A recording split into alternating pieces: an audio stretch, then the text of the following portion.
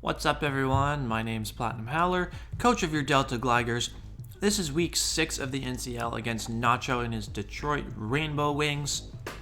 We're hopping right into the game this week because we don't have a team builder. The reason for that is because I made this team in 10 minutes at work.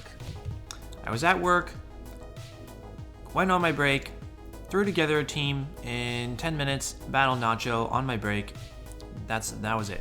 I was more swamped with the draft analysis for APA Academy the week of this battle, so I didn't really make time to prep. So I don't see a point in doing a team builder for a team that I made in 10 minutes.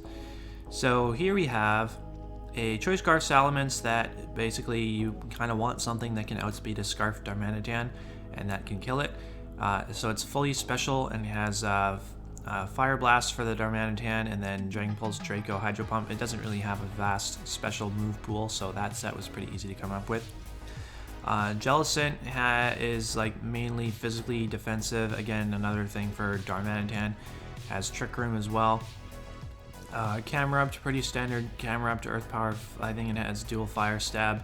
Hatterene, Stakataka both have Trick Room, so the one thing that I knew is that I wanted Trick Room up as often as possible in this game because I didn't want to his mons like just have a massive speed advantage against mine, like mainly the Darmanitan when it scarfs. So I wanted to make sure that I had the speed advantage at all times possible.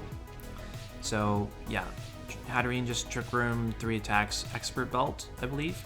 Stakataka. It has rocks on it, it has rocks and sash, so that's what I was going to lead with because I wanted rocks up for both of his really fast, his 2 biggest offensive threats being Darmanitan and Thundurus T. So if I can keep rocks up against those and chip those down, then that will be very helpful.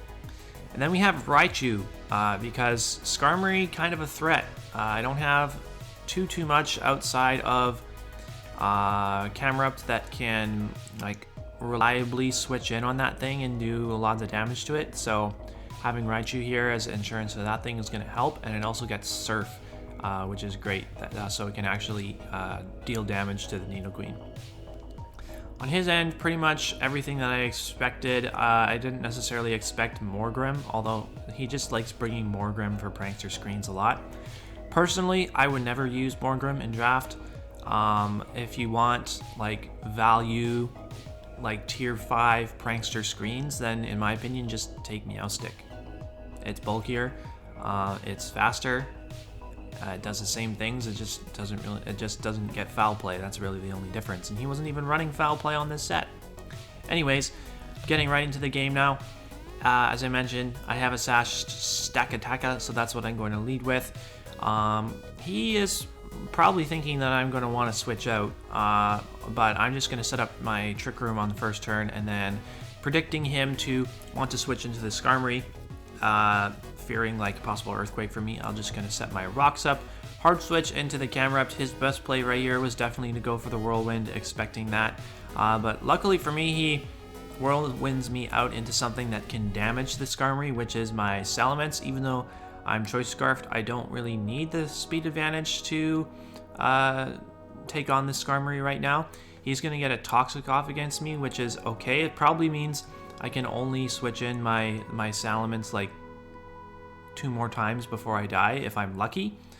But I'm able to connect 2 Fire Blasts against the Skarmory and knock him out, which is really nice. One of which being a crit. I do think that crit helped me in taking that out, because otherwise he could have roost stalled me and got some extra Toxic chip against me. But Trick Room expires and he's going to bring the Starmie, and I can block him from Rapid Spinning, as yeah, he just goes for a Thunderbolt as I get Trick Room up for another 4 turns.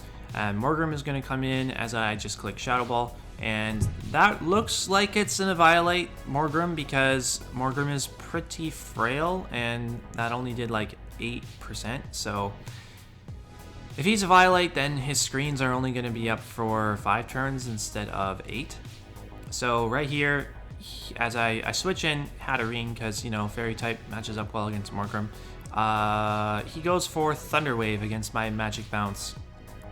my Magic Bounce Pokemon. He kind of just forgets about the fact that I have Magic Bounce. So I clicked Dazzling Gleam on the first turn, and then on the last turn of Trick Room, I clicked Psychic just in case he wanted to switch into the Nidoqueen as Trick Room was expiring. Because I'm not really threatened by this Morgrem offensively, and I can just like stall out his turns of screens. Right here, if only I had clicked Dazzling Gleam on that turn, because I had just set up a fresh set of Trick Room and his light screen expired, but he got full parried on that turn, so I let him set up the light screen again because he didn't get full parried on the next turn. Yeah, I probably should have just attacked the Morgrem on that turn and not tried to be too cute. But I'm going to switch in the Jellicent again to block his Rapid Spin. He's just comfortable staying in and going for a Thunderbolt against me. I'll take that 34% against the Starmie. So Jellicent's getting pretty low. My recovery is Strength Sap. I don't have Recover. It would have been nice to have Recover right there. But with another turn of Trick Room up, I'm expecting my Raichu to be faster than this Starmie in Trick Room. So I can get the Lightning Rod boost, and as Trick Room expires this turn, he brings in the Nidoqueen. Now Raichu's going to be faster than this. Surf almost picks up the kill on it. I could have clicked Knockoff there against the Starmie as he switched out, and then I definitely would have KO'd the Nidoqueen with the Surf. But I did not. I wanted to make sure that I killed the Starmie if he stayed in, because I didn't want him getting a Rapid Spin off for this very reason. Darmanitan comes in and takes 25%. And he makes a big mistake by locking himself into Icicle Crash, because that lets me bring in my Stack Attacker for free, so I can get a Trick Room up. And Stack Attacker is poised at this point in the game to kind of just sweep through everything as long as it can hit its attacks, because Skarmory is dead, so he doesn't really have anything else for it. I hit my Stone Edge against the Starmie and it dies. I get my Beast Boost is in defense. It definitely should have been an attack, but like I said, I built this team in 10 minutes, so I was just like, whatever, Stack Attacker, you can have a high defense stat, in case I needed to take extra hits from the Darmanitan, which I don't. I only needed to take one, and I hit both of my Stone Edges against Starmie and Thundurus, and then I can Gyro Ball the Darmanitan for the 5-0 win. Yeah, good game to Nacho. I will admit I was pretty lucky in this game because I hit 2 Stone Edges and 2 Fire Blasts, and I got a crit on one of those Fire Blasts. So yeah, it was definitely, the game was kind to me today for whatever reason, but I'm not complaining. That puts a wrap on the first half of the season now. So 5-1 plus 13, I believe, is a pretty good sounding record to me. Puts us in a very strong position heading into the second half of the season. Strong position to make playoffs.